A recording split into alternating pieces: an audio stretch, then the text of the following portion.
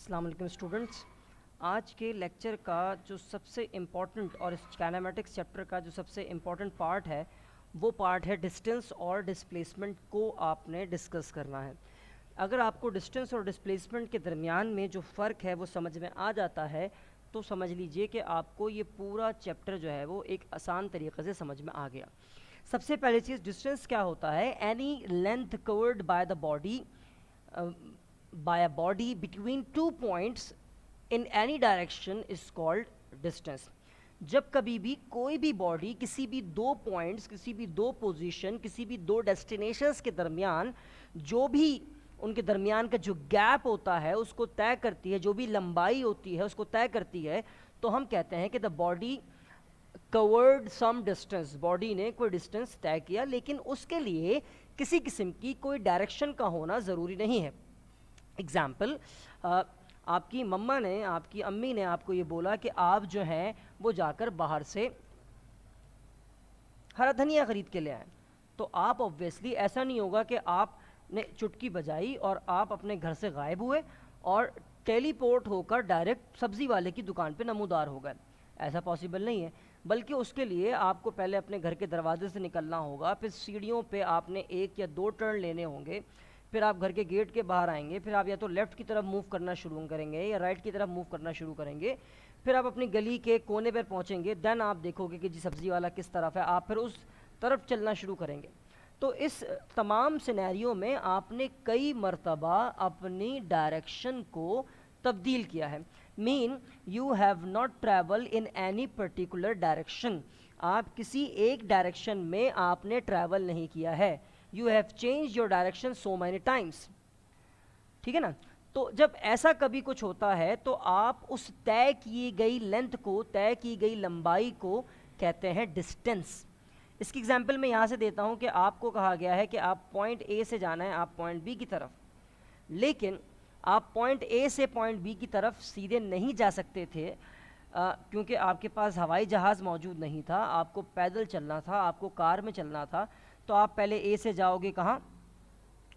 Point A1 पहले stop पे, फिर पॉइंट A1 से दूसरे स्टॉप पॉइंट A2 पर गए, और फिर पॉइंट A2 से आप तीसरे स्टॉप और अपने आखिरी stop final destination point B पर पहुँचे।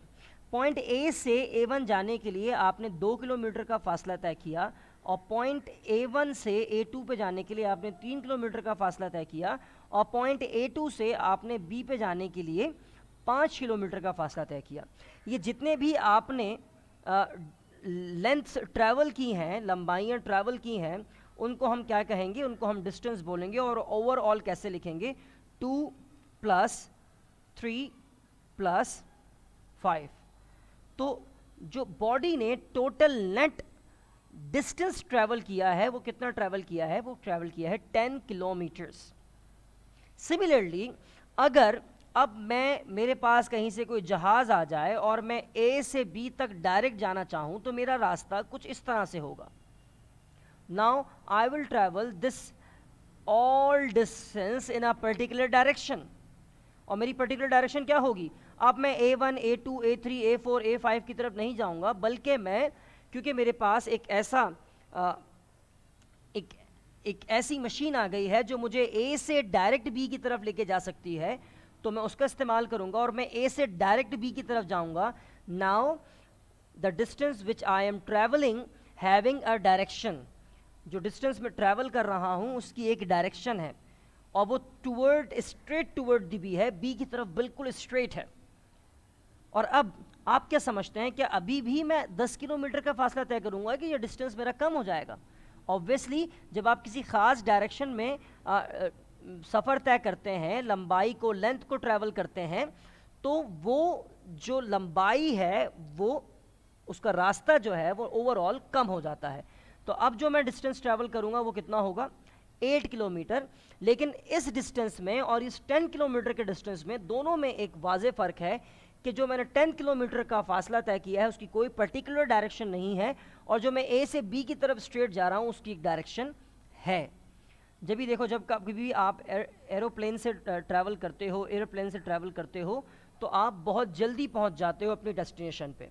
यानी कि अगर आप कराची से इस्लामाबाद जा रहे हो तो आप 1.5 घंटा, 1.25 घंटे में आप एरोप्लेन से जो है वो पहुंच जाओगे।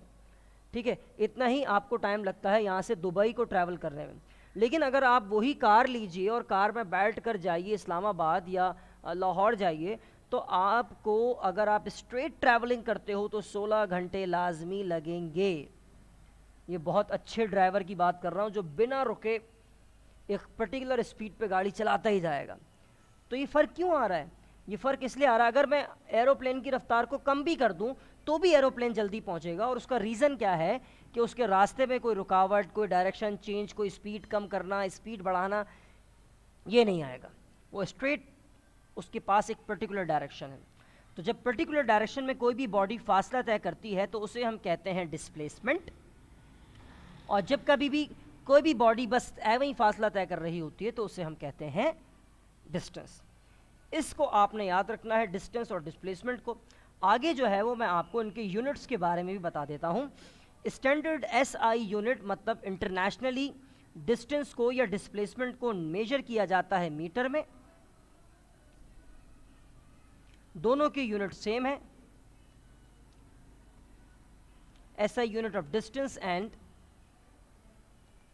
Displacement is metre.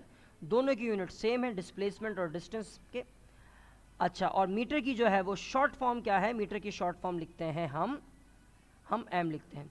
इसके अलावा डिस्टेंस और डिस्प्लेसमेंट को हम किलोमीटर्स में भी नाप सकते हैं, माइल्स में भी नाप सकते हैं। एम छोटा होगा लेकिन वो यहाँ पे हमेशा बड़ा कर देगा। सेंटीमीटर में भी नाप सकते हैं, मिलीमीटर भी नाप सकते हैं, इंचेस में भी नाप सकते हैं। ठीक है, और इसके अलावा जो है वो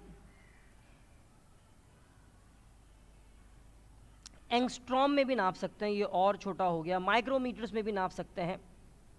बहुत सारे यूनिट्स होते हैं, लेकिन जो कॉमनली यूज़ होने वाले हमारे यूनिट्स होते हैं वो किलोमीटर होता है, सेंटीमीटर होता है, और क्या होता है? मिलीमीटर होता है, जब हम बात करते हैं किसकी? काइनेमैटिक्स की।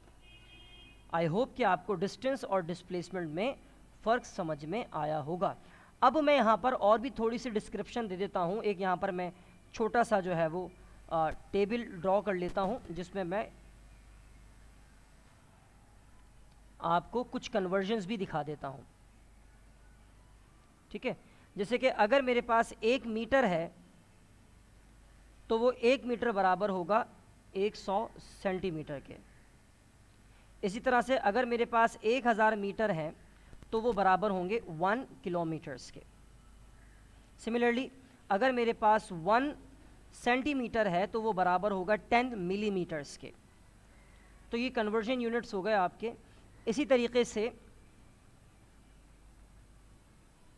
अगर मेरे पास